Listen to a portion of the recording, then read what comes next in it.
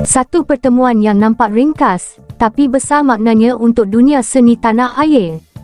Pengasas Skop Productions, Datuk Yusof Haslam baru-baru ini bertemu sendiri dengan Perdana Menteri, Datuk Seri Anwar Ibrahim.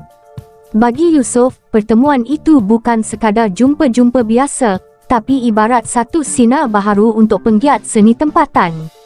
Dalam masa kira-kira 20 minit, Yusof gunakan sepenuhnya peluang itu untuk suarakan masalah besar yang lama membebankan industri, iaitu cukai hiburan setinggi 25%. Katanya, di banyak negara lain, cukai hiburan paling tinggi sekitar 6% saja. Tapi di Malaysia, ada negeri yang kenakan sehingga 25%. Yang paling rendah setakat ini pun masih sekitar 10%. Bayangkan kalau sebuah filem kutip 10 juta ringgit, 2.5 juta ringgit terus pergi kepada cukai.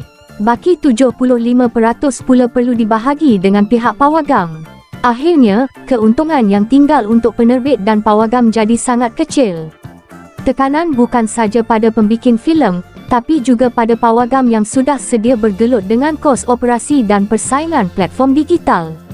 Yusof kata, kalau cukai ini dapat dikurangkan, semua pihak boleh bernafas.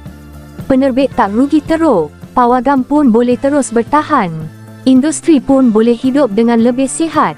Menariknya, Perdana Menteri dengar dengan teliti semua yang disampaikan. Beliau maklumkan akan berbincang dengan kerajaan negeri mengenai isu cukai hiburan ini. Bukan itu saja. Dalam suasana yang lebih santai, Datuk Seri Anwar juga kongsi yang beliau sebenarnya mengikuti perkembangan filem tempatan. Malah beliau pernah menonton filem terbitan Skop seperti Sheriff, Narco Integrity dan Blood Brothers, Baranaga. Beliau ucap tahniah dan hargai usaha menghasilkan filem yang berjaya tarik penonton ke pawagam. Bagi Yusof, pertemuan ini sangat bermakna. Di sebalik jadual Perdana Menteri yang padat, beliau masih sudi meluangkan masa untuk dengar keluhan penggiat seni. Yusof berharap pertemuan ini bukan sekadar perbualan, tapi jadi permulaan kepada perubahan sebenar. Kerana kalau industri filem mahu terus hidup, bukan bakat saja yang penting, tapi juga sistem yang adil dan menyokong mereka yang bekerja di belakang tabir.